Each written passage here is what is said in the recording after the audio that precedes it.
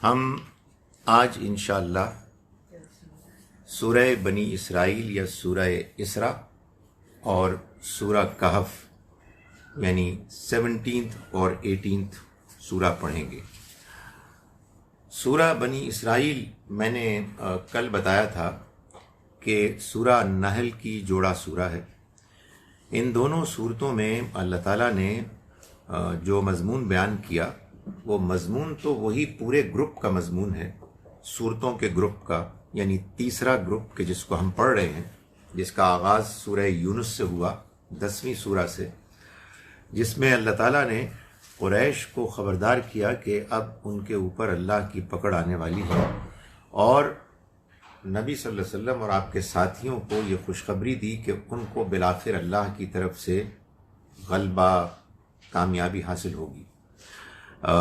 اس میں جو مضمون ہے، جو اس گروپ کا اصل الٹیمیٹ جو نتیجہ ہے وہ آہستہ آہستہ بلڈ اپ ہوتا ہے، لیکن جیسا کہ میں بتاتا چلا آ رہا ہوں، ہر پیئر کا، ہر جوڑے کا اپنا ایک خاص وہ مضمون بھی ہوتا ہے کہ جس کے اوپر ایمفسس ہم کو نظر آتا ہے۔ چنانچہ سورہ نحل اور سورہ بنی اسرائیل 16 اور 17 سورہ یہ مل کر پیئر ہیں، یہ جوڑا ہیں۔ اس میں سورہ نحل میں بعض باتیں ہیں کہ جو اختصار کے ساتھ ان بریف بیان کی گئیں کمپریہنسولی، ان کو ہم دیکھیں گے آج کے سورہ بنی اسرائیل میں تفصیل کے ساتھ بیان کیا گیا۔ مثال کے طور پر آیت نمبر 90 میں اللہ تعالیٰ نے اخلاقیات، موریلٹی کی بنیادیں، بیسکس بیان کی۔ آج ہم اس کی کچھ تفصیل پڑھیں گے۔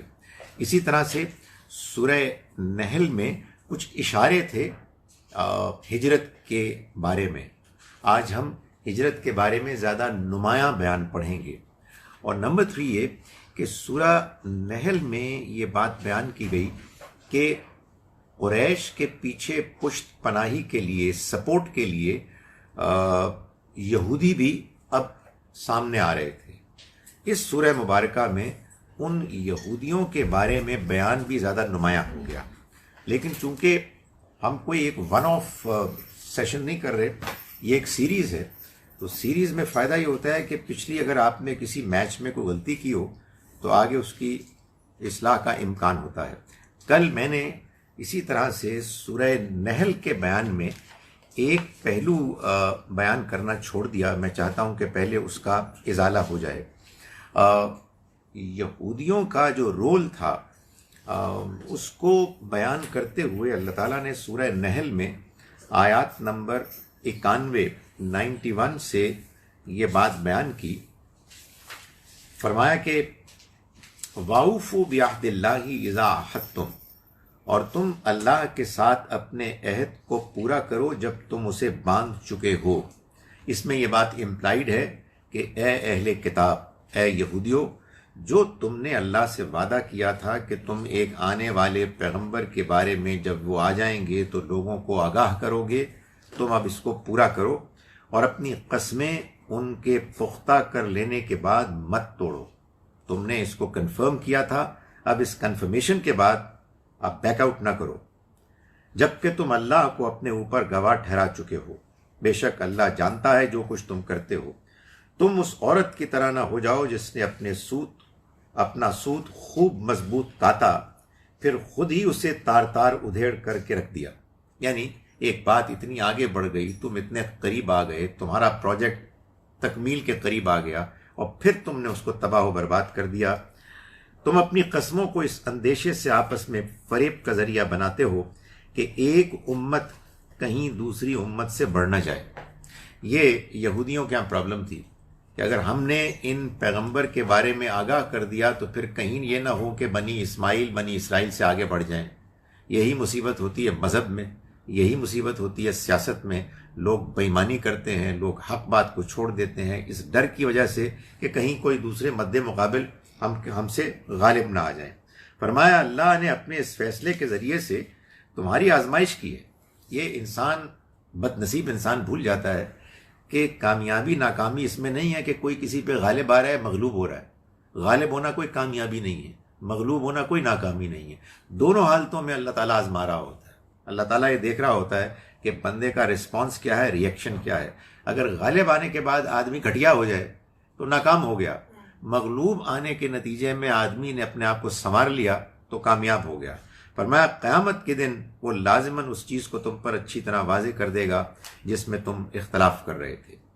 اب آئیے جناب سورہ بنی اسرائیل. یہ سورہ مبارکہ ہے کہ جو سورہ نحل کی جوڑا سورہ ہے, اور اس میں اللہ تعالیٰ نے پہلی آیت مبارکہ میں فرمایا کہ سبحان الذی اسری بعبدہ لیلا, ہر عیب سے پاک ہے وہ ذات کہ جو اپنے بندے کو ایک ہی رات میں لے گیا, من المسجد الحرام الی المسجد الاقصی, محترم مسجد حرام سے اس دور کی مسجد تک, الذی بارکنا حولہ, جس کے ماحول کو ہم نے بابرکت کر دیا, لنریہ من آیاتنا, تاکہ ہم اس کو اپنی نشانیاں دکھائیں, انہ هو السمیع البصیر, یقیناً وہ بہت سننے والا سب کچھ دیکھنے والا ہے. یعنی اللہ تعالیٰ نے نبی اکرم صلی اللہ علیہ وسلم کو اسراء رات کا یہ سفر کروایا کہ جو مسجد حرام سے مسجد اقصی تک کا تھا. آگے چل کے اللہ تعالیٰ یہ بتائیں گے کہ یہ سفر جو تھا یہ ایک رویا تھا, یہ ایک روحانی تجربہ تھا. اس تجربے میں اللہ نے جو بات دکھانی چاہی وہ یہ تھی, جس بات کا اعلان کرنا چاہا وہ یہ تھا کہ اب اللہ کی طرف سے ٹرانسفر آف پاور ہو چکا ہے. بنی اسرائیل کی نالائقیوں کی بات کہ جس کا ذکر اس سورہ مبارکہ میں بھی آئے گا, پچھلی سورہ میں بھی ہے, سورہ بقرہ سورہ آل عمران میں بھی ہم نے پڑھا, ان تمام ان کی نالائقیوں کے بعد اب اللہ تعالیٰ نے یہ فیصلہ کیا ہے کہ اس نے جو آدم کی اولاد میں اپنے اس پیغام کو پھیلانے کا ایک فیصلہ کیا تھا, ابراہیم کی اولاد میں جو اس نے اپنے پیغام کو دنیا والوں تک پہنچانے کا فیصلہ کیا تھا, اس میں اب پہلی اس تجربے میں پہلے فیز میں بنی اسرائیل کو موقع دیا گیا.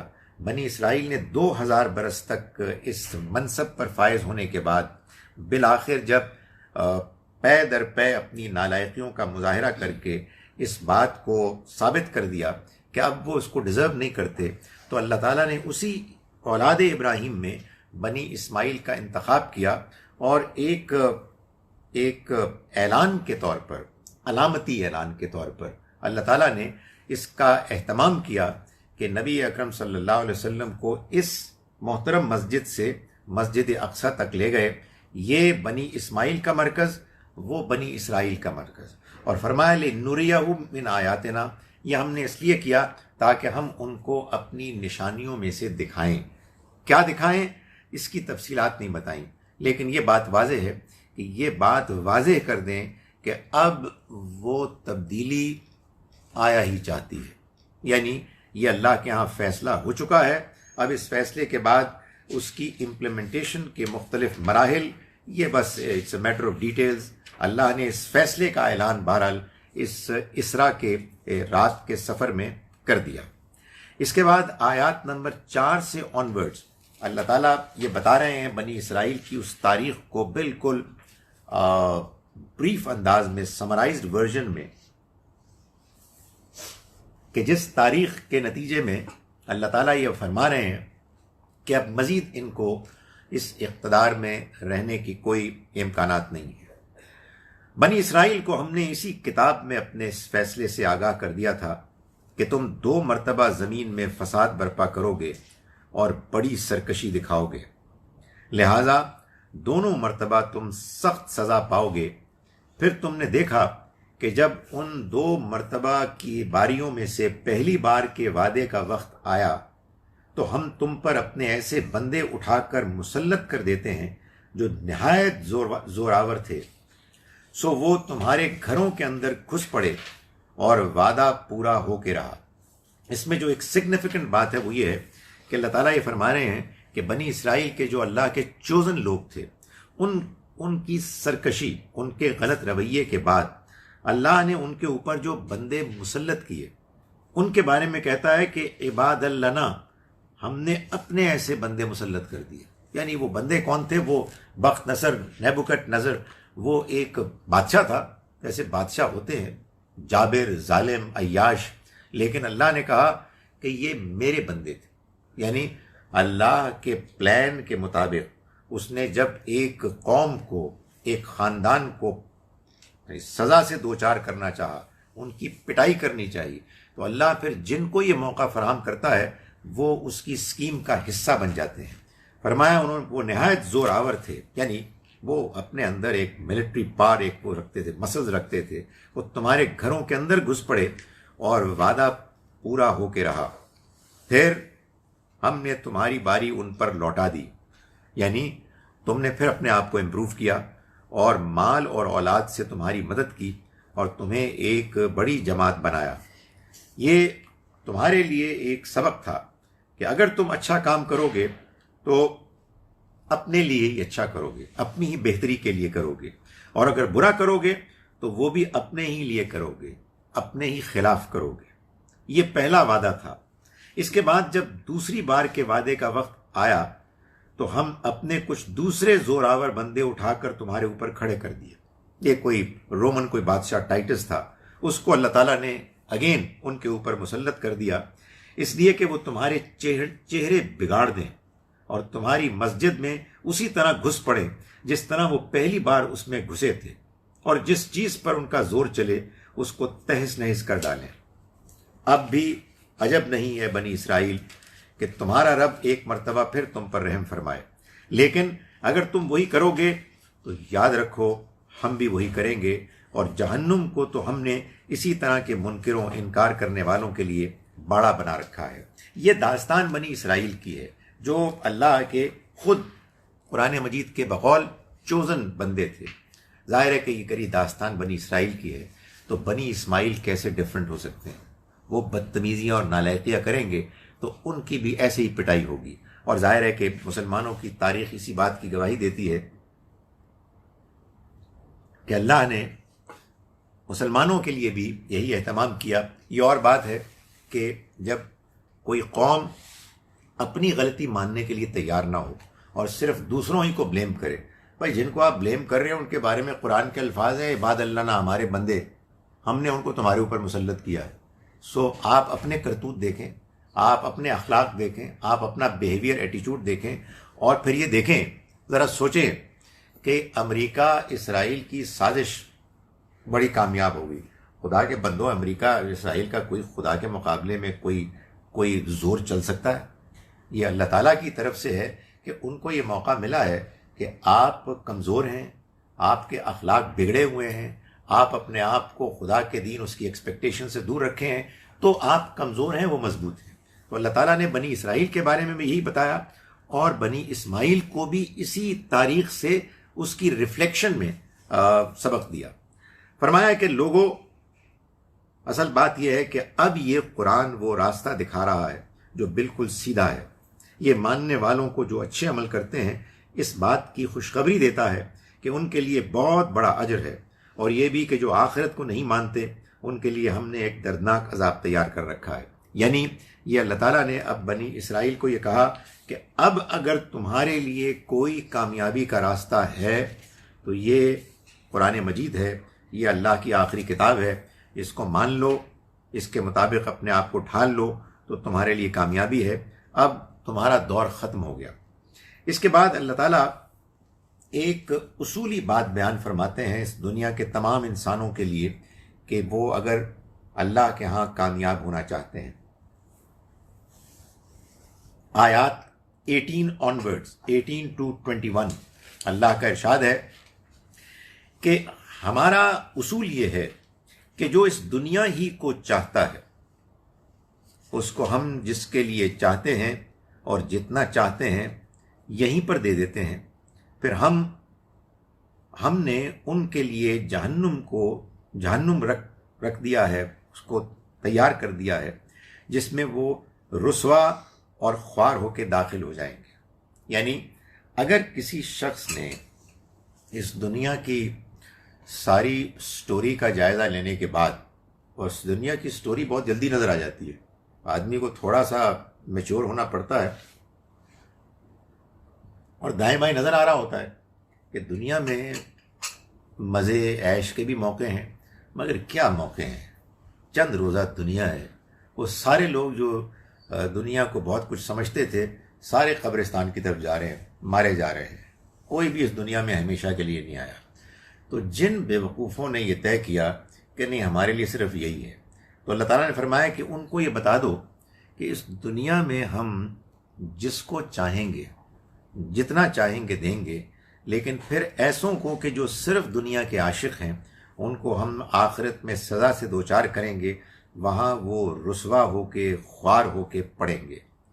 ومن اراد الآخرہ، اور جو آخرت کو چاہتا ہے اور اس کے لیے کوشش کرتا ہے جیسا کہ اس کی کوشش کرنے کا حق ہے، اور وہ مومن بھی ہے، یعنی اللہ کو ماننے کے بارے میں کوئی وہ ڈنڈی نہیں مارتا، تو یہی لوگ ہیں کہ جن کی کوشش لازماً مقبول ہوگی.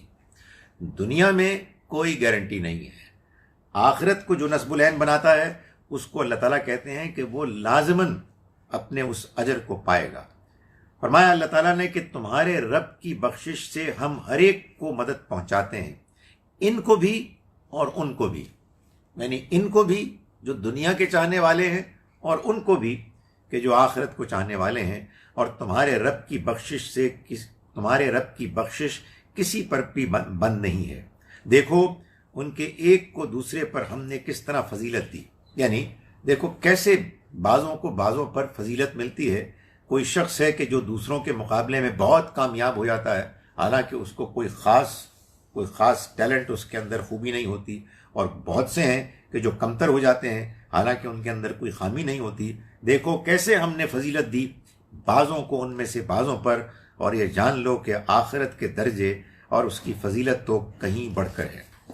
اس کے بعد وہ مضمون شروع ہوتا ہے کہ جس کے بارے میں نے آپ کو کل بتایا تھا کہ سورہ نحل میں اللہ تعالیٰ نے آیت نمبر 90 میں ان اخلاقی اصولوں کو بیان کیا کہ اللہ عدل اور احسان کا حکم دیتا ہے، اور غریب رشتہ داروں پر خرچ کرنے کا، اور فحش کاموں سے روکتا ہے، اور غلط کاموں سے اور سرکشی سے. وہ تمہیں نصیحت کرتا ہے تاکہ تم نصیحت حاصل کرو، یاد دہانی حاصل کرو.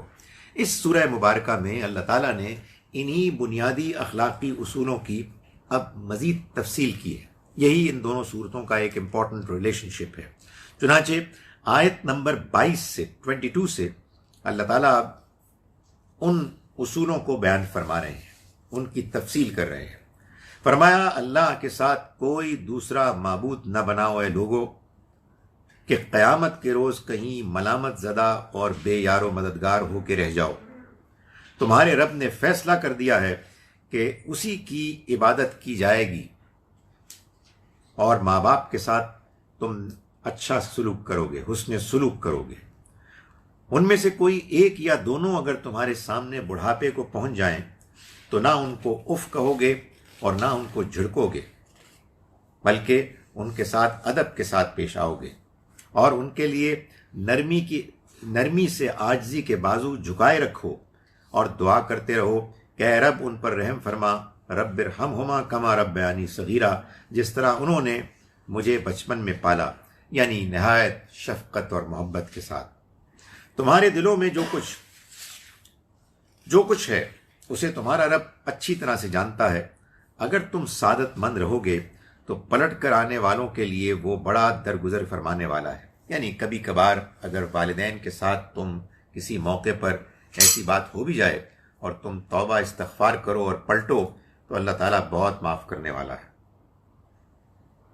اس کے بعد فرمایا جو رشتہ داروں کے لیے اللہ تعالیٰ نے حق رکھا کہ تم رشتہ داروں کو ان کا حق دو، اور مسکینوں کو اور مسافروں کو بھی، اور اپنے مال کو بیجا مت اڑاؤ، اس لیے کہ مال کو بیجا اڑانے والے شیطان کے بھائی ہوتے ہیں، اور شیطان اپنے رب کا بڑا ہی ناشکرا ہے. یہ بات جو بیان کی ہے یہ بالکل لاجیکل بات ہے کہ اگر اللہ نے انسانوں کو جن کو زیادہ دیا ہے ان کے مال میں ایک حصہ ان غریب بہن بھائیوں کے لیے رکھا ہے جو ان کے رشتہ دار ہیں یا غریب ہیں، مسکین ہیں، یتیم ہیں، اور وہ اس کو اپنے اوپر خرچ کرتے ہیں، اور ابھی ہم آگے دیکھیں گے کہ اللہ تعالیٰ کہتے ہیں کہ ٹھیک خرچ کرو، ڈیسنٹ زندگی گزارو، لیکن ایک لیول آف زندگی کی کوالٹی، اس سے آگے بڑھ کر اگر انسان فضول خرچی کرتا ہے تو اس کا مطلب اس کے سوا کچھ نہیں ہے کہ اللہ کے پلان اور سکیم میں اس کو اللہ نے جو مال دیا تھا دوسروں کی مدد کے لیے وہ اس کو بھی اڑا رہا ہے۔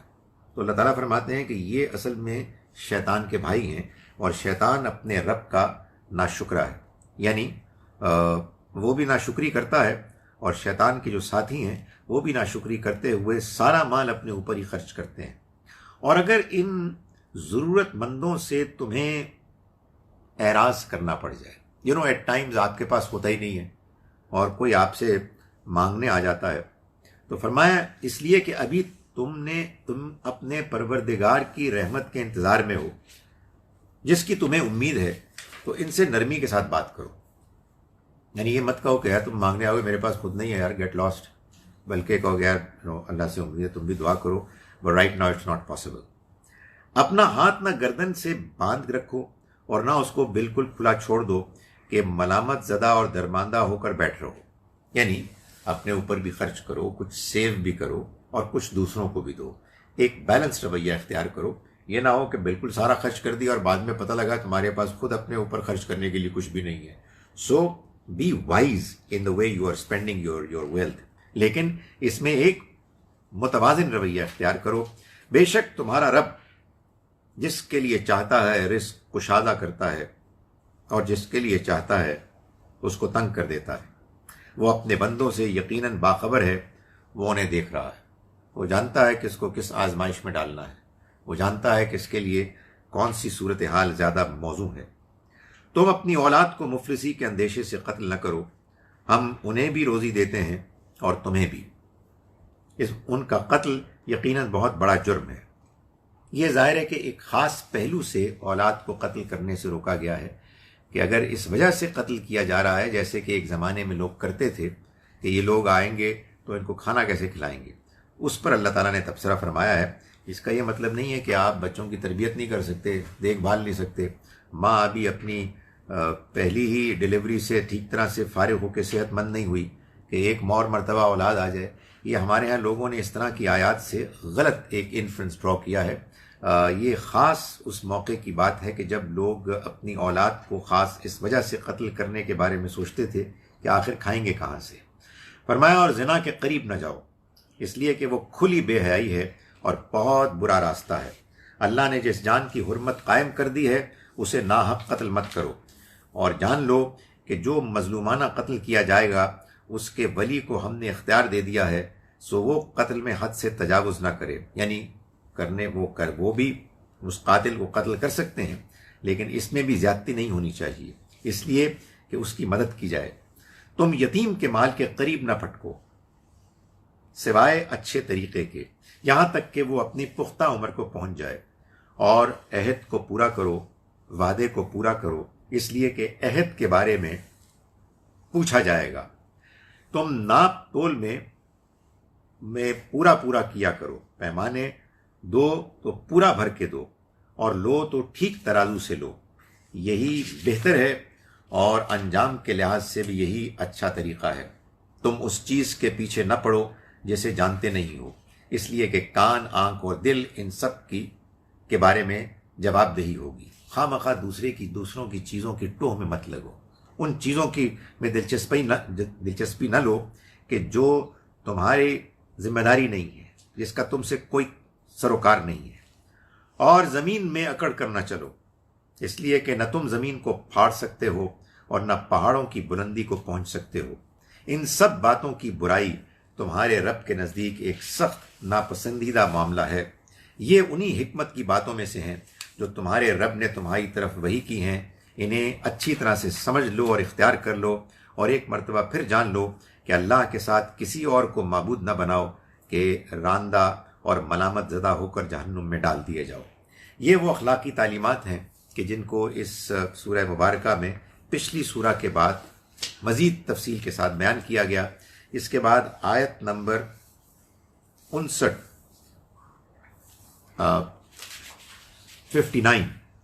میں اللہ تعالیٰ فرماتے ہیں کہ وما منعنا، اور ہمیں نہیں روکا اس بات سے کہ ہم نشانیاں بھیجیں، سوائے اس چیز نے کہ اس سے پہلے بھی لوگوں نے ان کو جھٹلا دیا۔ یعنی نشانیاں تو ہم اس لیے بھیجتے کہ لوگ اس سے سبق سیکھیں، لیکن ہوا اس کے بالکل الٹ کہ لوگوں نے ان کو جھٹلانا شروع کر دیا۔ تو آخر تمہاری فرمائش پہ اگر تم کو بھی نشانیاں بھیجیں تو اس کا فائدہ کیا ہوگا؟ فرمایا کہ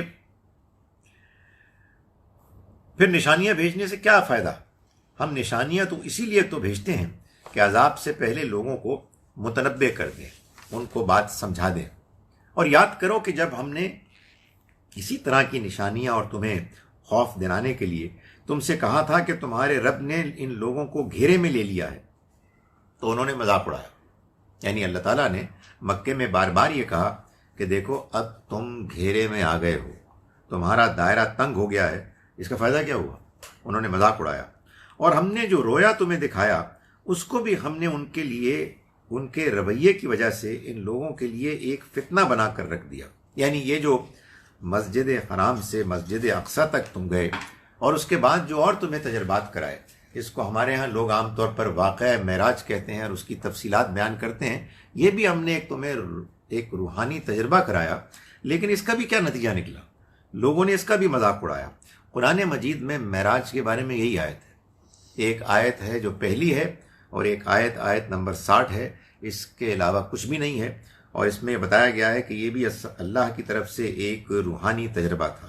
اور وہ درخت کو بھی جس پر قرآن میں لعنت کی گئی ہے، یعنی زقوم کا درخت، اور ہم انہیں خوف دلاتے رہے ہیں، لیکن یہ چیز ان کے لیے سرکشی ہی میں اضافہ کی جاتی ہے۔ یعنی اس کا کوئی فائدہ نہیں ہوا جو کچھ ہم نے ان کو نشانیاں دکھائیں اور جو کچھ ہم نے ان کو ڈرایا۔ اس کے بعد آیات 73 to 77 میں اللہ تعالیٰ فرماتے ہیں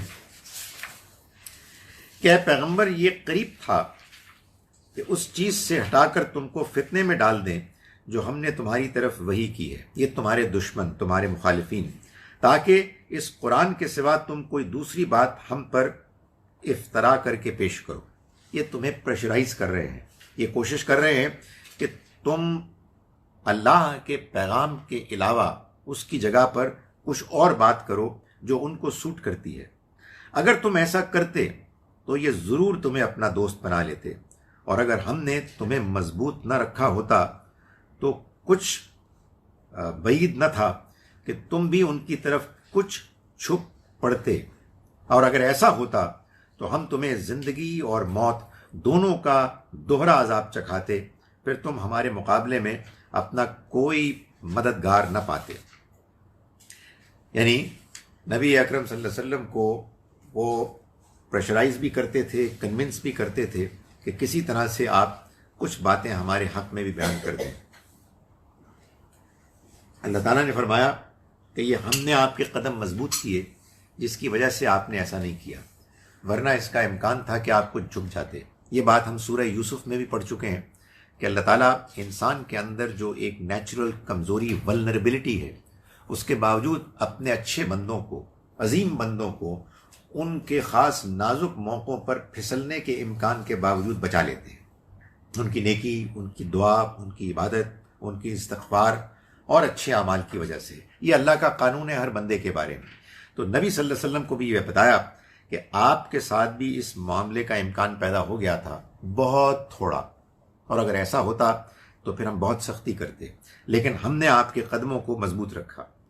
فرمایا یہ اس سرزمین سے تمہارے قدم اکھاڑ دینے کے پیچھے پڑے ہوئے ہیں تاکہ تمہیں یہاں سے نکال دیں، لیکن اگر ایسا ہوا تو تمہارے بعد یہ بھی کچھ زیادہ دیر ٹھہرنے نہ پائیں گے۔ تم سے پہلے ہم نے جو رسول بھیجے ان کے بارے میں یہی سنت ہے جس کو تم یاد رکھو، اور ہماری اس سنت میں تم کوئی تبدیلی نہ پاؤ گے۔ یہ بات میں اس سے پہلے کئی مرتبہ بیان کر چکا کہ اللہ کا یہ طریقہ، اس کی سنت رہی ہے کہ جب اللہ کے رسول کے مخالفین ان کو ان کی سرزمین سے ہجرت کرنے پر مجبور کر دیتے ہیں تو اس کے بعد پھر وہ قوم بچتی نہیں ہے۔ تو اللہ تعالیٰ نے اسی کی طرف اشارہ فرمایا کہ اگر تم کو یہ نکال دیں گے تو پھر اس کے بعد یہ بچیں گے نہیں، تھوڑی ہی مدت رہیں گے۔ یہ اللہ کی وہ سنت ہے جس میں تم کوئی تبدیلی نہ پاؤ گے۔ یہ مرحلہ یقیناً مشکل ہے، سو اس میں صبر و استقامت کے لیے تم سورج ڈھلنے کے وقت سے لے کر رات کے اندھیرے تک نماز کا اہتمام رکھو، اور خاص فجر کے وقت کی قرات کا بھی، اس لیے کہ فجر کے وقت کی قرات روبرو ہوتی ہے، معلوم ہوتا ہے کہ انسان اللہ کے حضور میں ہے، فرشتے موجود ہیں۔ اور رات کو بھی اس طرح تم اٹھو تہجد کے لیے، یہ تمہارے لیے مزید ایک اضافی نماز ہے، یعنی تہجد کی نماز نبی اکرم صلی اللہ علیہ وسلم کے لیے ایک خصوصی ایڈیشنل سکسth نماز تھی۔ تم امید رکھو کہ تمہارا رب قیامت کے دن تم کو اس طرح اٹھائے گا کہ تم مقام محمود پر، یعنی ان تمام انسانوں کی تعریف کا بنو گے ٹارگٹ کہ جو وہاں موجود ہوں گے، اور تم دعا کرو کہ اے رب مجھ کو جہاں داخل کرنا ہے اس طرح داخل کر کے وہ عزت کا داخل کرنا ہو، اور جہاں سے نکالنا ہے اس طرح سے نکال کہ وہ عزت کا نکالنا ہو، اور خاص اپنے پاس سے قوت و اقتدار کو میرا مددگار بنا دے۔ یعنی یہ اب مدینہ منورہ کی طرف جو آپ کی ہجرت ہے اس کے لیے دعا ہے، اور یہ دعا ظاہر اللہ تعالیٰ کراتے ہیں اس لیے کہ وہ قبول ہو۔ چنانچہ آپ وہاں پہنچے اور آپ کو اقتدار حاصل ہوا۔ میں نے گزارش کی تھی کہ یہ سورہ مبارکہ بڑے واضح طریقے پر ہجرت کی سورہ ہے، اور اے پیغمبر اعلان کر دو کہ حق آ گیا اور باطل مٹ گیا، اس لیے کہ یہ باطل مٹنے ہی والا تھا۔ اس کے بعد اللہ تعالیٰ نے آیات نمبر 90 تا 93 میں فرمایا کہ وَقَالُوا لَن نُؤْمِنَ لَكَ حَتَّى تَفْجُرَ لَنَا مِنَ الْأَرْضِ يَنبُوعًا، اور انہوں نے کہہ دیا کہ ہم تو تمہاری بات نہیں مانیں گے جب تک کہ تم ہمارے لیے زمین سے کوئی چشمہ نہ جاری کر دو، یا تمہارے لیے کھجوروں اور انگوروں کا کوئی باغ پیدا نہ ہو جائے، پھر اس کے بیچ میں تم بہت سی نہریں نہ دوڑا دو، یا جیسا کہ تم کہتے ہو ہمارے اوپر ٹکڑے ٹکڑے آسمان نہ گرا دو، یا اللہ اور اس کے فرشتوں کو لا کر ہمارے سامنے کھڑا نہ کر دو، یا تمہارے پاس سونے کا کوئی گھر نہ ہو جائے، یا ہماری آنکھوں کے سامنے تم آسمان پر نہ چڑھ جاؤ، اور ہم تمہارے چڑھنے کو بھی نہیں ماننے کے جب تک کہ تم وہاں سے ہم پر کوئی کتاب نہ اتارو جسے ہم پڑھیں۔ یہ ایک لمبا چوڑا فرمائشی پروگرام تھا کہ جو کفار نے پیش کیا نبی صلی اللہ علیہ وسلم کو ایک لسٹ بنا کر، اور یہ کہا کہ یہ کام کریں گے تو ہم آپ کو مانیں گے۔ ان سے کہو پاک ہے میرا رب، کیا میں ایک انسان کے سوا اور بھی کچھ ہوں جسے اللہ نے رسول بنا کر بھیجا ہے؟ یعنی میں صرف اللہ کا رسول ہوں کہ جو تمہارے سامنے اللہ کا پیغام پیش کر رہا ہے، اس کے سوا میری کوئی حیثیت نہیں۔ سورہ مبارکہ کے بالکل آخر میں اللہ تعالیٰ فرما رہے ہیں کہ قُلِ ادْعُوا اللَّهَ أَوِ ادْعُوا الرَّحْمَٰنَ، ان سے کہہ دو کہ تم اللہ کہہ کر پکارو یا رحمان کہہ کر پکارو، اس لیے کہ انہیں اس پر اعتراض تھا کہ تم اللہ کو رحمان کیوں کہتے ہو، تو ان سے کہہ دو کہ تم اس کو اللہ کہہ کر پکارو یا رحمان کہہ کر پکارو، جس نام سے بھی پکارو سب اچھے نام اسی کے ہیں، اور تم اپنی اس نماز کو نہ بہت زیادہ بلند آواز سے پڑھو، یعنی اس نماز سے مراد وہ خاص نماز تہجد کی نماز، نہ بہت پست آواز سے، بلکہ ان دونوں کے درمیان کا طریقہ اختیار کرو، اور اعلان کر دو کہ شکر اللہ ہی کے لیے ہے جو نہ اولاد رکھتا ہے، نہ اس کی بادشاہی میں اس کا کوئی شریک ہے، نہ اس کو ذلت کے وقت کسی مددگار کی ضرورت ہے، اور تم اس کی بڑائی بیان کرو جس طرح کہ اس کی بڑائی بیان کرنے کا حق ہے۔ اس کے بعد سورہ کہف شروع ہوتی ہے۔ سورہ کہف اور سورہ مریم یہ دونوں مل کر ایک جوڑا بنتی ہیں۔ ان دونوں صورتوں میں جو ایک قدر مشترک ہے وہ یہ ہے کہ جیسے سورہ نحل اور سورہ بنی اسرائیل میں ہم نے دیکھا کہ یہود کا سپورٹ قریش کو ملا، اور قریش ان کی شے پر کچھ باتیں کرتے تھے، ان دونوں صورتوں سے معلوم ہوتا ہے کہ کچھ یہی معاملہ نصارہ کا بھی تھا۔ نصارہ نے بھی جب یہ چیز بھانپ لی کہ یہ ایک نئی طاقت وجود میں آ رہی ہے تو اس کی مخالفت کرنی ہے، چنانچہ انہوں نے ان کی مخالفت کی غرض سے اس بات کا اہتمام کیا کہ قریش کے لوگوں کو کچھ سوالات دیے کہ ذرا ان کو ٹیسٹ تو کرو، ان سے پوچھو کہ وہ غار والوں کا کیا معاملہ ہے، وہ ذوالقرنین کون تھے، روح کیا ہوتی ہے، وغیرہ وغیرہ۔ قرآن مجید نے سورہ کہف میں یہ کیا کہ انہی سوالوں کو لے کر اللہ تعالیٰ نے ان پر ایسا تبصرہ کیا، ان کو ایسے واضح کیا کہ جو اس زمانے میں، جس زمانے میں یہ سورہ مبارکہ نازل ہوئی، مسلمانوں کو جو رہنمائی درکار تھی اور کفار کے لیے جس طرح کی تنبیہ ضروری تھی، اسی بیان کے پس منظر میں، اسی بیان کی وضاحت میں اس کو بھی اللہ تعالیٰ نے بیان فرما دیا، واضح فرما دیا۔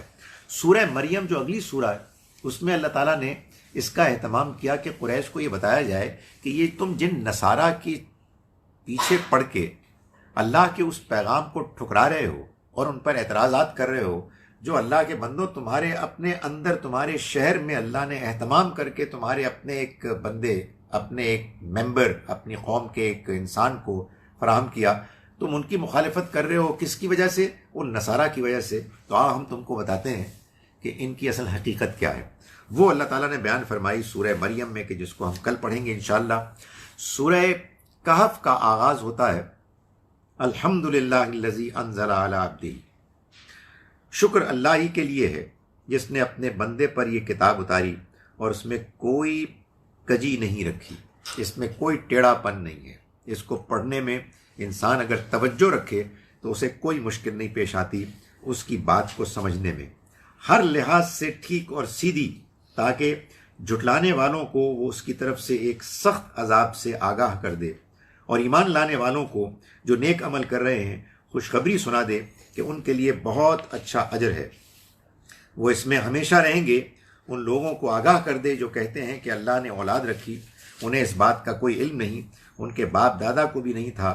بڑی ہی سنگین بات ہے جو یہ اپنی زبانوں سے کر رہے ہیں، اور یہ محض جھوٹ کہہ رہے ہیں۔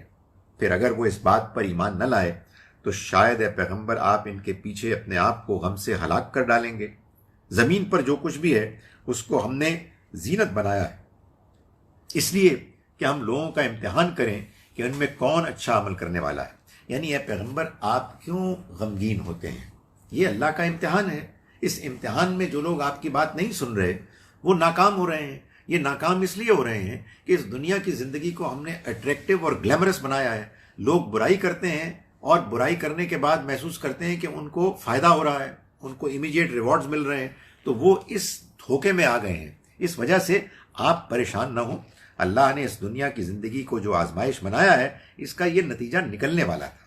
یہ ہم نے اس لیے کیا کہ ہم لوگوں کا امتحان کریں کہ ان میں سے کون اچھا عمل کرنے والے ہیں، اور وہ اس ساری خوبصورتی، زینت اور اٹریکٹیونیس کے باوجود اس کے چکر میں نہیں پڑیں گے، اور ہم ان سب چیزوں کو جو اس زمین پر ہیں ایک دن بالکل ختم کر دیں گے اور اس کو ایک چٹیل میدان بنا دینے والے ہیں۔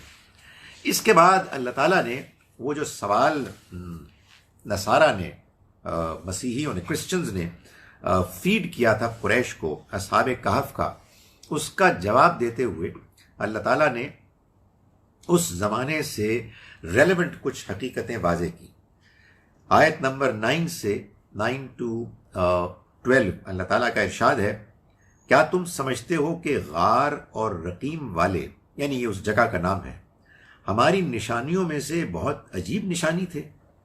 اس وقت جب ان نوجوانوں نے غار میں پناہ لی، پھر اپنے رب سے دعا کی، اے ہمارے رب، ہم کو تو خاص اپنے پاس سے رحمت عطا فرما، اور ہمارے اس معاملے میں تو ہمارے لیے رہنمائی کا سامان کر دے۔ اس پر کئی برس کے لیے ہم نے اس غار میں ان کے کانوں پر تھپک دیا، یعنی ان کو نیند میں مبتلا کر دیا، سلا دیا۔ پھر ہم نے ان کو اٹھایا تاکہ دیکھیں کہ دونوں گروہوں میں سے کس نے ان کے قیام کی مدت کو ٹھیک طرح سے شمار کیا۔ مختصر بات یہ ہے کہ مسیح علیہ السلام کے ماننے والوں میں سے کچھ نوجوان تھے جو ایک علاقے میں، جس کو کہتے ہیں کہ ساؤتھ ویسٹ آف ٹرکی میں ہے، وہاں ایک بستی میں انہوں نے توحید کی دعوت دی۔ وہاں شرک عام تھا، لوگوں نے ان کی شدید مخالفت کی، اس کا بڑا اندیشہ تھا کہ ان کو وہ مار دیتے۔ ان نوجوانوں نے اللہ سے دعا کی جیسے کہ ان الفاظ میں آیا، تو اللہ نے پھر ان کی رہنمائی کی کہ وہ وہاں سے ہجرت کر کے ایک غار میں چلے جائیں۔ یہ ظاہر ہے کہ اگین ہجرت کی طرف اللہ تعالیٰ کی رہنمائی تھی کہ ان مکے والے مسلمانوں کو بھی یہ مرحلہ پیش آنے والا تھا، اور اللہ نے ان کو یہ اعتماد کانفیڈنس دلایا اس واقعے کے بیان کرنے کے ذریعے سے کہ دیکھو اگر تم بھی ہجرت کرو گے تو تمہیں بھی انہی کی طرح اللہ کی طرف سے غیر معمولی مدد حاصل ہوگی۔ انہوں نے غار میں پناہ لی، غار میں اللہ نے ان کی مدد کی، کئی برس تک، طویل عرصے تک وہ سوتے رہے، پراببلی اباؤٹ 200 ایئرز، اس کو اللہ تعالیٰ نے اسپیسیفائی نہیں کیا۔ اور اس کے بعد جب وہ اٹھے دوبارہ وہ شہر میں گئے، ایک انقلاب آ چکا تھا، مسیح علیہ السلام کے ماننے والے تھے کہ جو وہاں موجود تھے، اقتدار انہی لوگوں کا تھا۔ ان کو یہ معلوم تھا کہ نوجوان غائب ہو گئے تھے، ان کو جب یہ معلوم ہوا کہ وہ تو زندہ ہیں تو پورا شہر معلوم ہوتا ہے کہ غار کی طرف چل پڑا، اور ان سب نے دیکھا کہ وہ لوگ کہ جو آج سے 200 سال پہلے غائب ہوئے تھے ابھی بھی زندہ ہیں۔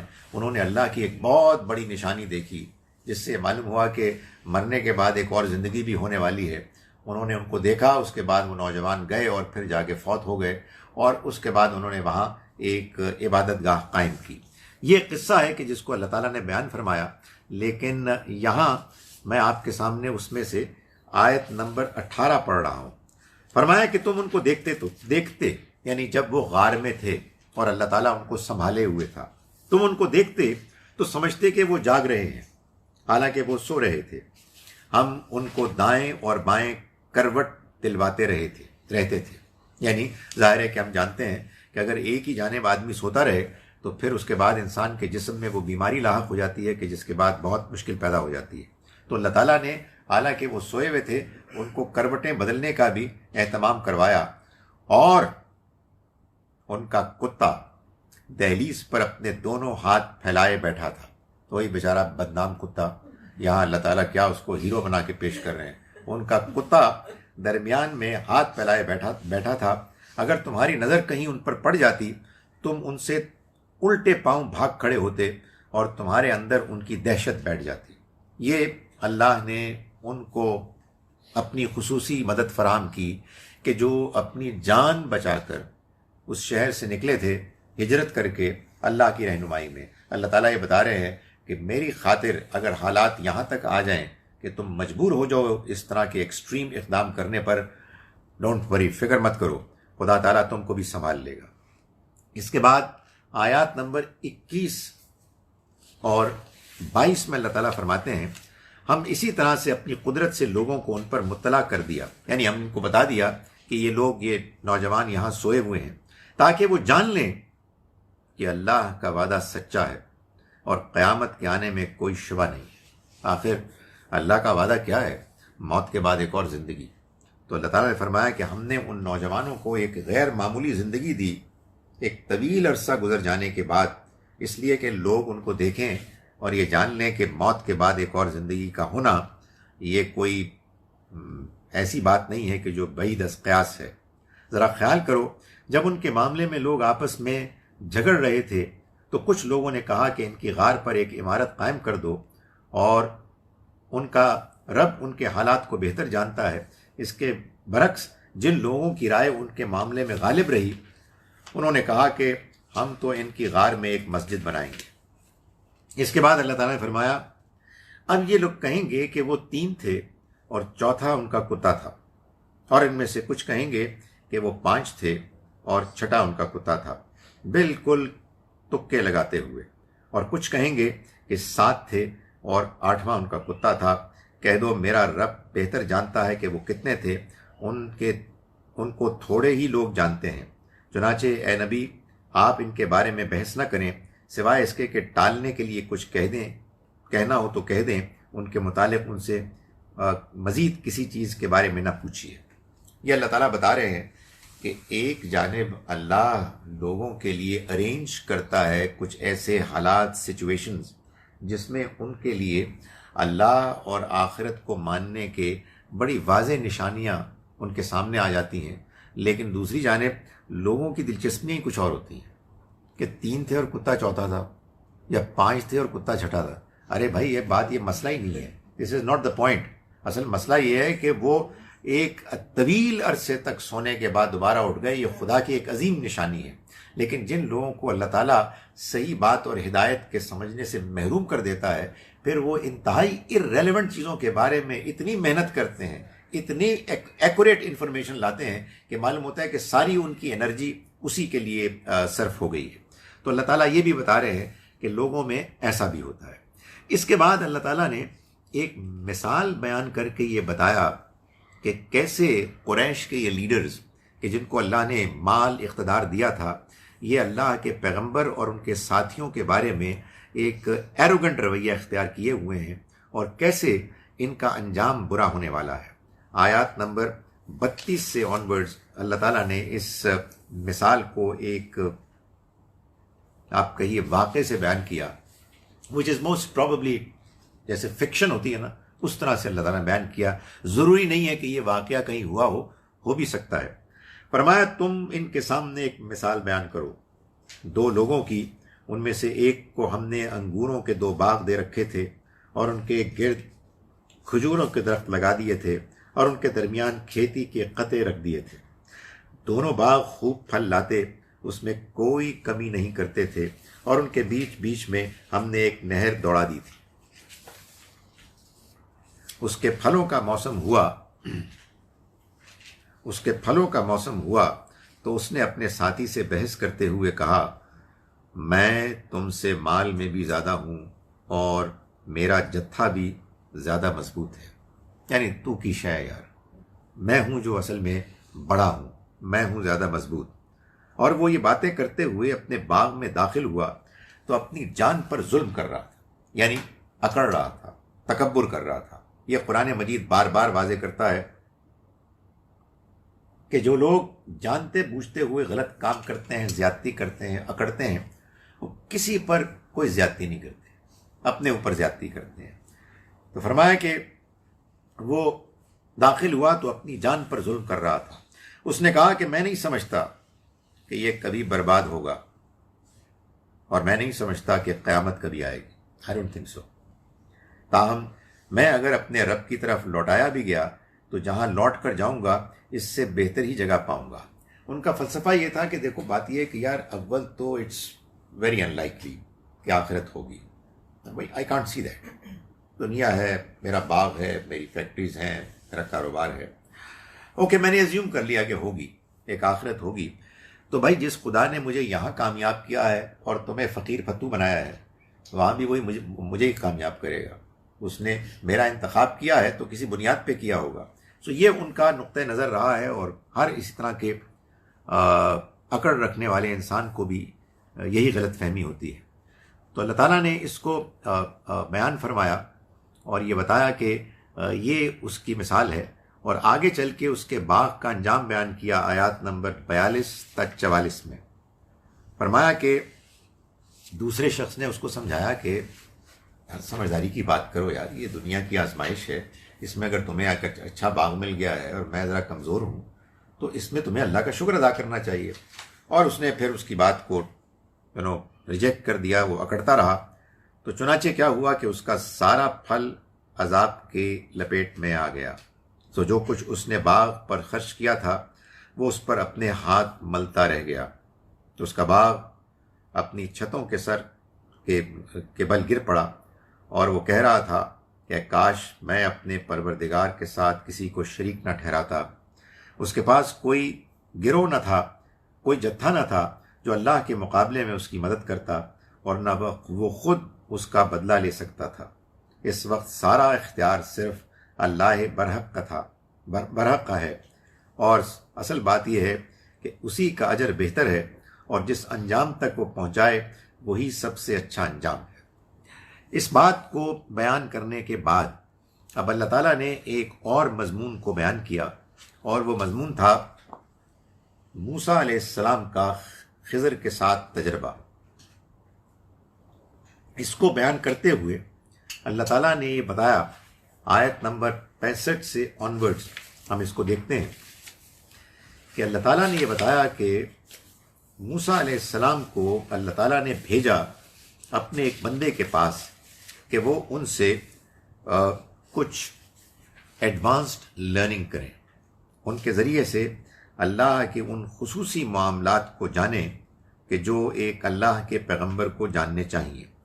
تو فرمایا کہ جب اللہ نے ان کو بھیجا اور وہ وہاں پہنچے تو ہمارے بندوں میں سے ایک بندے کو وہاں پایا جسے ہم نے خاص اپنی رحمت سے نوازا تھا اور اپنے پاس سے اس کو ایک خاص علم عطا فرمایا تھا۔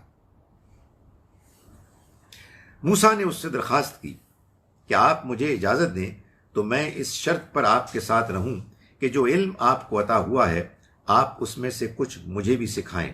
اس نے جواب دیا، تم میرے ساتھ صبر نہیں کر سکو گے اور جو چیز تمہارے علم سے باہر ہوگی تم اس پر صبر نہیں کر سکو گے، آخر تم اس پر صبر کر بھی کیسے سکتے ہو؟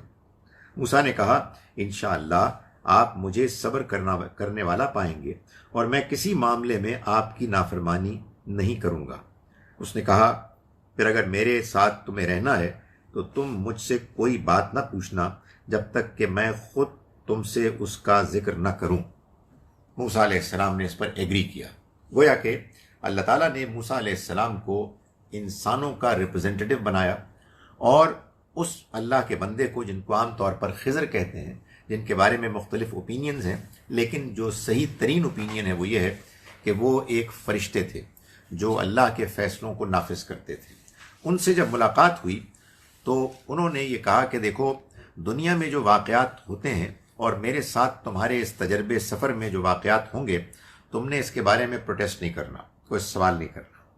ویسے تم صبر نہیں کر سکو گے اس لیے کہ تمہیں معلوم ہی نہیں ہوگا کہ واقعات کیوں ہو رہے ہیں۔ تو اللہ تعالیٰ نے ان کو یہ سب کچھ سکھانے کے لیے اس سفر میں ان کو ان بزرگ کے ساتھ ہمراہ کیا۔ اس میں جو واقعات ہوئے وہ یہ تھے کہ ایک ملاحوں کی کشتی تھی جو غریب تھے، اس میں ان بزرگ نے، حضرت خضر نے چھید کر دیا، اس کو عیب دار کر دیا۔ موسیٰ علیہ السلام نے پروٹیسٹ کیا کہ یہ آپ نے کیا کیا، یہ تو غریبوں کی واحد ذریعہ تھا روزی کا۔ انہوں نے کہا، میں نے تم کو نہیں کہا تھا کہ تم میرے ساتھ صبر نہیں کر سکو گے؟ انہوں نے کہا، جی کہ ایک چانس پلیز اور دے دیں۔ انہوں نے آگے گئے تو ایک بستی میں کچھ بچے کھیل رہے تھے، ایک لڑکے کو انہوں نے قتل کر دیا۔ انہوں نے کہا، جی آپ نے قتل کر دیا بغیر کسی وجہ کے، اچھا والا بچہ کھیل رہا تھا۔ انہوں نے کہا کہ میں تمہیں پہلے کہا تھا تم میرے ساتھ صبر نہیں کر سکو گے۔ موسیٰ علیہ السلام نے فرمایا کہ لاسٹ چانس، اس کے بعد اگر غلطی ہوئی تو پھر آپ کو اختیار ہوگا کہ آپ مجھے چھوڑ دیں۔ ایک اور بستی میں گئے جہاں انہوں نے کھانا مانگا، ظاہر ہے کہ سفر کر کے گئے تھے تھک ہار کے، تو وہ اتنے فضول قسم کے لوگ تھے کہ انہوں نے کھانا دینے سے انکار کر دیا۔ اسی بستی میں ایک دیوار گری ہوئی تھی، حضرت خضر اس کو دیوار کو اٹھانے لگے۔ ان کا، یہ آپ کیا کر رہے ہیں؟ ادھر ان بدتمیز لوگوں نے آپ کو کھانا تک نہیں کھلایا، ادھر آپ ان کی دیوار اٹھا رہے ہیں۔ تو اس کے بعد اللہ تعالیٰ نے جو بیان فرمایا اس کو اب ہم دیکھتے ہیں آیات 78 سے آنورڈز۔ فرمایا کہ انہوں نے جب یہ کہا تو قال ھذا فراق بینی و بینک، انہوں نے کہا کہ اب یہ میرے اور تمہارے درمیان جدائی ہے۔ میں ابھی ان باتوں کی حقیقت تمہیں بتاتا ہوں جن پر تم صبر نہیں کر سکے ہو، یعنی اب میں اور تم آگے نہیں چل سکتے، but let me tell you کہ ہوا کیا۔ اس کشتی کا معاملہ یہ ہے کہ وہ چند مسکینوں کی تھی جو دریا میں محنت مزدوری کرتے تھے، سو میں نے چاہا کہ اسے عیبدار کر دوں، اس لیے کہ ان کے آگے ایک بادشاہ تھا جو ہر کشتی کو زبردستی چھین رہا تھا۔ یعنی یہ تمہیں نہیں معلوم تھا، یہ صرف اللہ ہی کو معلوم تھا۔ تم نے تو یہ دیکھا کہ اس کی کشتی میں نے عیبدار کر دی، لیکن یہ نہیں دیکھا کہ بادشاہ کی اس پکڑ کے امکان سے بچا لیا۔ رہا لڑکا تو اس کے ماں باپ دونوں ایمان والے تھے، سو ہمیں اندیشہ ہوا کہ کہیں وہ بڑا ہو کر اپنی سرکشی اور کفر سے ان کو تنگ نہ کرے، سو ہم نے چاہا کہ ان کے پروردگار انہیں اس کی جگہ ایسی اولاد دے جو پاکیزگی میں اس سے بہتر اور شفقت و محبت میں اس سے بڑھ کر ہو۔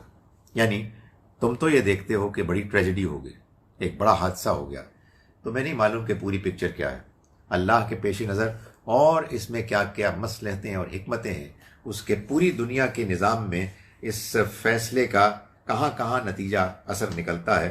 تم چونکہ ان سب چیزوں کو نہیں جانتے، اس وجہ سے تم احتجاج کرتے ہو، تم مایوس ہو جاتے ہو۔ اور دیوار کا معاملہ یہ ہے کہ وہ شہر کے 2 یتیم لڑکوں کی تھی، اس کے نیچے ان کا دفینہ خزانہ تھا اور ان کا باپ ایک نیک آدمی تھا۔ یہ دفینہ اسی نے رکھا تھا، سو تمہارے پروردگار نے چاہا کہ وہ اپنی جوانی کو پہنچیں اور اپنا دفینہ خود نکالیں۔ یہ تمہارے رب کی عنایت سے ہوا، میں نے یہ سب اپنی رائے سے خود نہیں کیا، یہ ہے ان باتوں کی حقیقت جن پر تم صبر نہیں کر سکے ہو۔ یعنی موسیٰ علیہ السلام کو اور ان کے ذریعے سے پوری انسانیت کو اللہ نے صبر کرنے کے لیے جو بنیاد فراہم کی وہ یہ ہے کہ اس دنیا میں جو واقعات ہوتے ہیں جو ہمیں قابل قبول نہیں ہوتے، ہمارے لیے وہ ان پلیزنٹ ہوتے ہیں، ہم اس پر احتجاج کرتے ہیں، اس لیے کرتے ہیں کہ ہمارے خیال میں جو ہماری اپنی اسکیم آف تھنگز ہے، جو ہماری اپنی لمیٹڈ امیجنیشن میں جو ہونا چاہیے تھا ویسا نہیں ہوا۔ تو اللہ تعالیٰ یہ بتا رہے ہیں کہ اللہ کی جو پوری اسکیم ہے، اگر تم اس کو جان لو تو تمہیں یہ معلوم ہو جائے کہ ہر واقعہ صحیح ہوتا ہے، اللہ تعالیٰ کی اسکیم کے مطابق ہوتا ہے، اس میں کوئی عیب نہیں ہوتا۔ سو اس بنیاد پر ایک بندہ مومن کو اللہ کے فیصلوں پر بھروسہ کرنا چاہیے، یہ جانتے ہوئے کہ اللہ کے ہر فیصلے میں حکمت ہوتی ہے، اگرچہ کہ ہم اس کے بہت سے فیصلوں کی حکمتوں سے فوری طور پر واقف نہیں ہوتے۔ اس کے بعد سورہ مبارکہ کے آخر میں اللہ تعالیٰ نے ذوالقرنین بادشاہ کا قصہ سنایا، جس کے بارے میں سوال بھی کیا گیا تھا۔ 2 سینگوں والا، معلوم ہوتا ہے کہ ان کے جو سر پہ جو تاج تھا اس پہ 2 سینگ تھے، اور وہ ایک نہایت نیک، اللہ سے ڈرنے والے، انصاف کرنے والے بادشاہ تھے۔ لوگوں کا عام طور پر خیال یہ ہے کہ یہ سائرس سے متعلق سٹوری ہے، لیکن ظاہر ہے کہ یہ قیاس ہی ہے۔ فرمایا کہ وہ تم سے ذوالقرنین کے بارے میں پوچھ رہے ہیں۔ یہ آیات 83 to 85 ہے جو میں پڑھ رہا ہوں۔ ان سے کہہ دو کہ میں اس کا کچھ تذکرہ ابھی تمہیں سناتا ہوں۔ ہم نے اس کو زمین میں اقتدار عطا فرمایا اور اس کو ہر قسم کے اسباب و وسائل بخشے۔ یعنی ایک وسیع و عریض ایک علاقہ تھا جس کا وہ بادشاہ تھا، اور اس میں انہوں نے جا کے مختلف اسفار کیے، سفر کیے، اس میں انہوں نے اپنے ان علاقوں کے حالات دیکھے، لوگوں کی مدد کی بے لوث، اپنی اکڑ کا اظہار نہیں کیا، بلکہ لوگوں کے ساتھ نرمی کی، انصاف کیا، اور تمام تر اقتدار اور اتنی بڑی سلطنت کے مالک ہونے کے باوجود ان کے اندر کوئی تکبر پیدا نہیں ہوا۔ یہ خاص طور پر اللہ نے بیان کیا قریش مکہ کو کے حوالے سے، ان کو سمجھانے کے لیے کہ تمہیں ایک چھوٹی سی ایک بستی میں کچھ اقتدار ملا ہے جس کے بلبوتے پہ تم اکڑ رہے ہو، اور ایک طرف میرا وہ بندہ ذوالقرنین ہے جس کو اس دنیا کے ایک بڑے حصے پر اقتدار ملا تھا، اس کے باوجود وہ میرا بندہ ہی رہا۔ آگے آیت نمبر 98 میں اللہ تعالیٰ اسی کے کارناموں کو بیان کرنے کے بعد آخر میں یہ بتا رہے ہیں کہ جب ایک خاص موقع پر ان کے بعض آپ کہیے رعایا کے لوگوں نے یہ کہا کہ ہمیں ان لوگوں سے بچائیں، یاجوج و ماجوج سے، یہ ہمیں تنگ کرتے ہیں، تو انہوں نے پھر ایک بڑی دیوار کھڑی کی، ایک بڑا بند باندھا، جو ایک معلوم ہوتا ہے کہ بڑا ایک it was a feat of engineering, بڑا ایک پروجیکٹ تھا کہ جس کو انہوں نے اچیو کیا۔ اور اس کو اچیو کرنے کے بعد انہوں نے جب اس کو دیکھا تو کہا کہ قال ھذا رحمت من ربی، یہ میرے پروردگار کی رحمت ہے۔ فیضا جا وعد ربی، یعنی انہوں نے یہ نہیں کہا کہ دیکھو میں کیسا انٹیلیجنٹ آدمی ہوں، کیسی میری انڈرسٹینڈنگ ہے، کس طرح سے میں نے یہ پلاننگ کی، اور اس کے بعد یہ اتنا بڑا زبردست قسم کا ہمارے سامنے ایک وہ بند ہم نے باندھ دیا ہے۔ انہوں نے کہا نہیں ہے، میرے رب کی رحمت ہے۔ یہی اللہ کے بندے کرتے ہیں، وہ بھی کہ جن کو اللہ تعالیٰ بہت کچھ دنیا میں دیتا ہے۔ اور دوسری بات یہ کہ اس نے یہ بھی کہا کہ جب میرے پروردگار کے وعدے کا وقت آئے گا تو وہ اس کو ڈھا کر برابر کر دے گا۔ یعنی یہ اکڑ بھی ان کے اندر نہیں تھی کہ یہ اب ہمیشہ رہنے والا ہے، یہ باغ کیسے ختم ہو سکتا ہے، کہا یہ جو بہت بڑا پروجیکٹ میں نے آج بنایا ہے یہ بھی ختم ہو جائے گا، یعنی اس کی بھی ایک عمر ہے۔ دنیا ایسی ہی ہے، دنیا میں کوئی چیز بھی ایسی نہیں ہے کہ جو ہمیشہ رہے گی، دنیا فانی ہے۔ میرے رب کے وعدے کا ظہور ہوگا تو اس کو ڈھا کر برابر کر دے گا، اور میرے رب کا وعدہ برحق ہے۔ اس کو بیان کرنے کے بعد آخر میں اللہ تعالیٰ نے سورہ مبارکہ کے آیت نمبر 109 اور 110 میں فرمایا، یہ لوگ تم سے نشانیاں مانگتے ہیں، انہیں بتاؤ اے نبی کہ میرے رب کی نشانیوں کو لکھنے کے لیے اگر سمندر روشنائی بن جائے تو سمندر ختم ہو جائے گا اس سے پہلے کہ میرے رب کی نشانیاں ختم ہوں، اگرچہ کہ ہم اس کے ساتھ اسی کے مانند ایک اور سمندر ملا دیں. یعنی میرے رب کی باتیں، اس کی نشانیاں اتنی زیادہ اور اتنی غیر معمولی ہیں. ان سے کہہ دو تم کس سے نشانیاں مانگتے ہو، میں بھی تمہاری طرح کا ایک انسان ہوں. مجھ پر وہی آتی ہے کہ تمہارا معبود صرف ایک ہی معبود ہے. سو جسے اپنے رب سے ملنے کی امید ہو اسے چاہیے کہ نیک عمل کرے اور اپنے رب کی عبادت میں کسی کو شریک نہ ٹھہرائے. اقول قولی ھذا واستغفر اللہ لی ولکم. تو آج ہم نے سورہ بنی اسرائیل اور سورہ کہف کا خلاصہ پڑھ لیا. اب میں آپ کے سوالات کے لیے حاضر ہوں. یہ دیوار ابھی بھی موجود ہے. اس صورت میں پتہ یہ لینا تھا، آپ کہہ رہے تھے کہ یہ صورت عیسائیوں کے لیے کچھ، کیونکہ جب آپ اس کو پڑھتے ہیں اس میں بہت سی سٹوریز ہیں جو کہ آپ کنیکٹ نہیں کرتے کہ کس طریقے سے خدا نے بتائی ہیں. اور آپ نے کہا ہے کہ کرسچنس کو یعنی آپ یوں سمجھیے سمجھ نہیں آئی اس بات کہ قرآن مجید میں جو اللہ تعالیٰ نے صورتوں کی ارینجمنٹ کی ہے پیئرز میں، اس میں سورہ نحل اور سورہ بنی اسرائیل میں quite apart from other commonalities ایک کامنالٹی کا پوائنٹ یہ بھی ہے کہ دونوں میں قریش مکہ کو یہودیوں کی پشت پناہی کا ایک نمایاں آپ کو بیان نظر آتا ہے کہ وہ ان کو سپورٹ کر رہے ہیں اور پشت پناہی کر رہے ہیں. اگلی دو صورتوں میں جو جوڑا ہیں یعنی کہف اور مریم، یہی سپورٹ اور پشت پناہی اہل کتاب کے دوسرے گروہ یعنی کرسچنز نصارہ کی طرف سے ہوا، جس میں سورہ کہف میں تو آپ دیکھتے ہیں کہ انہوں نے کچھ سوالات فیڈ کیے قریش کو، جیسے اصحاب کہف کے بارے میں، جیسے ذوالقرنین کے بارے میں، روح کے بارے میں وغیرہ وغیرہ. تو اللہ نے ان سوالات کے جوابات نبی صلی اللہ علیہ وسلم کے ذریعے سے ایسے دلوائے کہ سوالات کے جوابات بھی مل گئے، اور جو خاص اس موقع میں مکے کی سچویشن تھی اس میں اللہ تعالیٰ نے رہنمائی بھی فرما دی. اگلی سورہ مریم میں اللہ تعالیٰ نے جو مضامین بیان کیے اس میں ایک پہلو یہ بھی بیان کیا کہ یہ جو نصارہ ہیں ان کے دین کی اصل حقیقت کیا ہے، تاکہ مکے والوں کو یہ معلوم ہو کہ جن کی باتوں میں آ کر وہ ہمارے پیغمبر کی مخالفت کر رہے ہیں ان کا دین جو ہے ان کا یہ حال ہے، اور یہ بد نصیب اپنے گھر کے اس دین کو ریجیکٹ کر رہے ہیں کہ جو اللہ کی طرف سے خاص ان پر عنایت ہوا. جی دیوار پتہ نہیں جی ہے یا نہیں ہے. اللہ تعالیٰ نے تو یہ بتایا ہے کہ وہ 3 تھے اور چوتھا کتا تھا، اور 5 تھے اور چھٹا کتا تھا. اس کو ڈسکس نہ کریں، بلکہ یہ جان لیں کہ ایک دیوار بنی تھی، اور اس دیوار کو بنانے والے بادشاہ نے اس کو بنانے کے بعد کہا تھا کہ یہ بن تو گئی ہے مگر یہ سارا میرے رب کی مہربانی اور عنایت کی وجہ سے یہ سب کچھ ہوا ہے، اور یہ زیادہ عرصے نہیں رہے گی، اس کا بھی خاتمہ ہو جائے گا. لوگوں نے اس کو تلاش کرنے کی کوشش کی، مختلف اس کے بارے میں بیانات ہیں. کوئی حتمی بات میں نہیں جانتا.